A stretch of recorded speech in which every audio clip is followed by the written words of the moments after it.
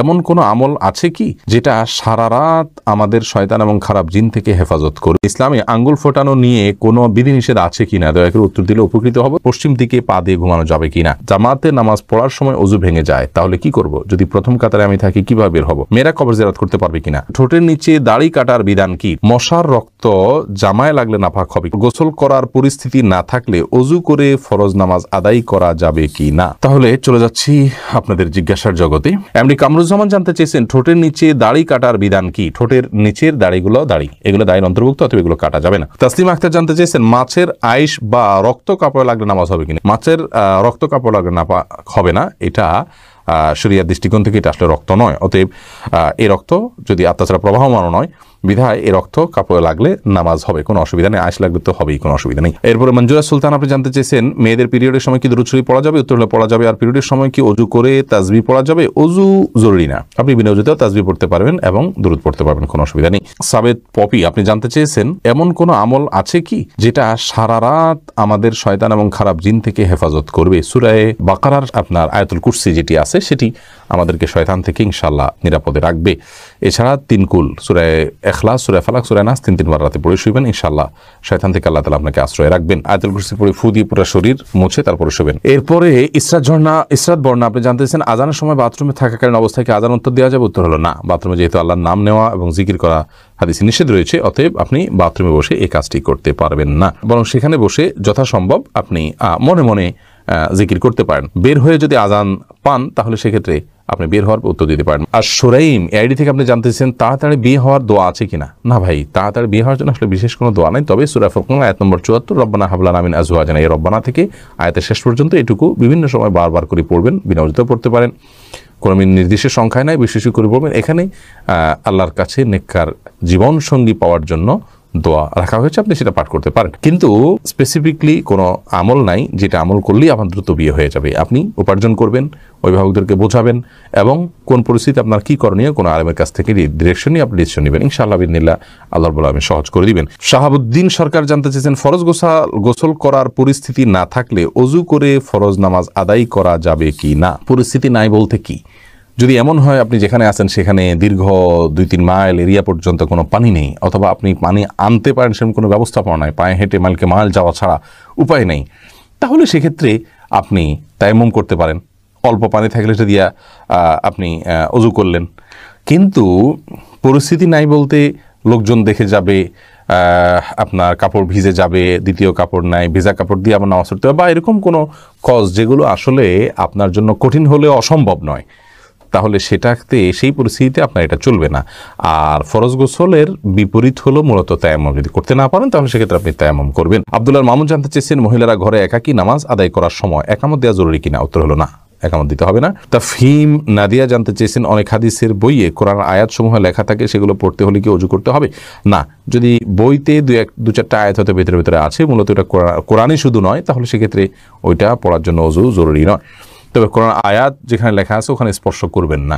এরপরে সিরাজুল ইসলাম নবীন জানতে চেয়েছেন টয়লেট থেকে বের হয়ে ওযু করার কতটা জরুরি? ওযু অবস্থায় থাকা ভালো, যথাসম্ভব আপনি টয়লেটে গেলেন, ওযু করলেন, এখন টয়লেট থেকে যেহেতু বের হয়েছেন অথবা আপনি ওযু করে নিতে পারলে ভালো, কিন্তু এটা আপনার জন্য জরুরি না, মোটেও জরুরি না যে টয়লেট থেকে বের হলেই আপনাকে ওযু করতে হবে, এমনটি কোনো কথা নেই। এরপর সাব্বির আহমেদ জানতে চেয়েছেন জামাতে নামাজ পড়ার সময় ওযু ভেঙে যায়, তাহলে কি করব? যদি প্রথম কাতারে আমি থাকি কিভাবে বের হব? প্রথম কাতারে যদি আপনি থাকেন তাহলে সেক্ষেত্রে আপনাকে চেষ্টা করতে হবে বের হওয়ার জন্য। যদি বের হতে পারেন তো আলহামদুলিল্লাহ। যেমন কোনো মসজিদে, এখন মডেল মসজিদ যেগুলো হচ্ছে আমাদের দেশে, চারপাশে যাওয়ার জন্য হাঁটার জন্য কিছু জায়গা আলাদা রাখা আছে, টাইলস রাখা আছে, তো সেগুলোতে আপনি হেঁটে যেতে পারলে যাবেন। আর যদি খুব বেশি দীর্ঘ অনেকগুলো কাতার না থাকে, পেছনে 1-2-3টা কাতার থাকে, তাহলে হালকা ফাঁক করে আপনি বের হয়ে যাবেন। আর যদি এত বেশি মানুষ পেছনে থাকে যে আপনি বের হইতে গেলে অনেক মানুষকে কষ্ট দিয়ে বের হতে হবে, তাহলে আপনি ওই অবস্থায় বসে থাকবেন বা দাঁড়িয়ে থাকবেন সালাত বাদ দিয়ে, এরপরে আপনি বের হবেন। লুৎফুর আনোয়ার জানতে চেয়েছেন কাঁকড়া খাওয়া জায়েজ হবে কি না? কাঁকড়া খাওয়া জায়েজ হওয়া না হওয়া নিয়ে ওলামায়ে কেরামের মধ্যে পার্থক্য আছে, ইমামদের মধ্যে পার্থক্য আছে। ইমাম আবু হানিফার মতে এটি মাকরুহ, অন্যান্য অনেক ইমামের মতে এটি সম্পূর্ণ জায়েজ আছে, কিন্তু হারাম কারোর মতে না।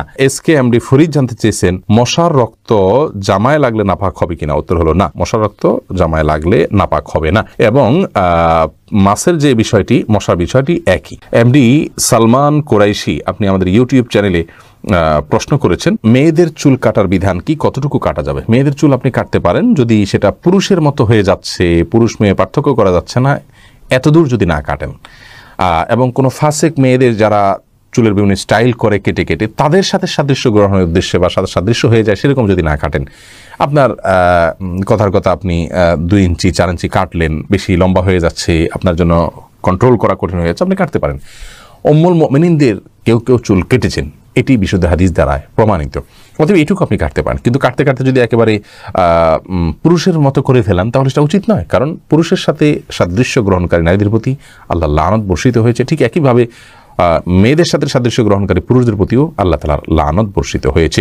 রাতে কি হাত ও পায়ের নখ কাটা যাবে কিনা জাকির হোসেন জানতে চেয়েছেন। যাবে, কোনো অসুবিধা নেই, হাত পায়ের নখ রাতে কাটাতে কোনো অসুবিধা নেই। আব্দুল্লাহ তাহের আপনি জানতে চেয়েছেন আমার শ্বশুর শাশুড়ির কোনো ছেলে নাই, সেক্ষেত্রে আমার দায়িত্ব একটু বলবেন।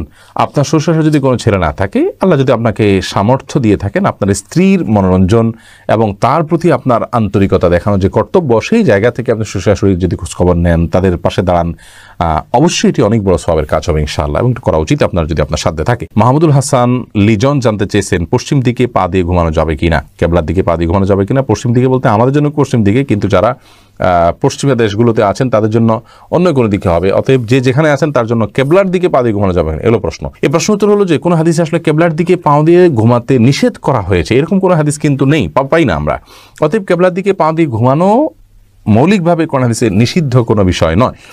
তবে যেহেতু কেবলা সেদিকে আছে, আমার কাছে যদি খারাপ লাগা কাজ করে কেবলার প্রতি শ্রদ্ধার জায়গা থেকে, তাহলে সেক্ষেত্রে অন্যদিকে আমি পা দিয়ে ঘুমালাম, শোলাম, সেটা ভালো, উত্তম। শরীফা জানতে চেয়েছেন মেয়েরা কবর জিয়ারত করতে পারবে কিনা।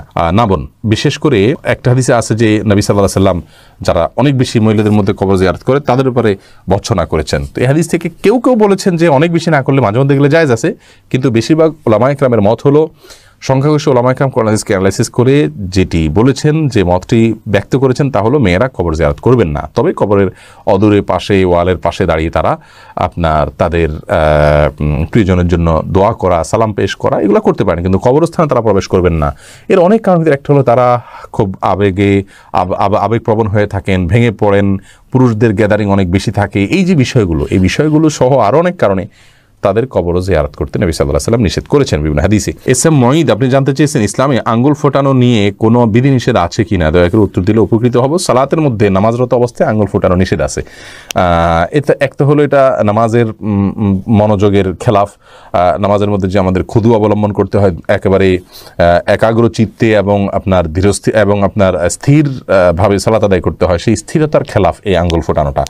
এই জন্য এটা হাদিসে নিষেধ আছে এবং এটাকে মাকরুহ বলা হয়েছে। তবে মৌলিকভাবে আঙ্গুল ফোটানোটা যেহেতু অস্বাস্থ্যকর একটি বিষয়, এখন আমরা বিজ্ঞান থেকে এটি জানতে পারি। অতএব প্রয়োজন ছাড়া বলতে এই সালাতের বাইরেও আপনার আঙ্গুল ফোটানো অনুচিত, কিন্তু শরীয়তে বা বিধিনিষেধটা শুধু সালাতের জন্য রয়েছে। সালাতের বাইরে কেউ আঙ্গুল ফোটালে সেটি নিষেধ হবে এরকম কোনো কথা নেই।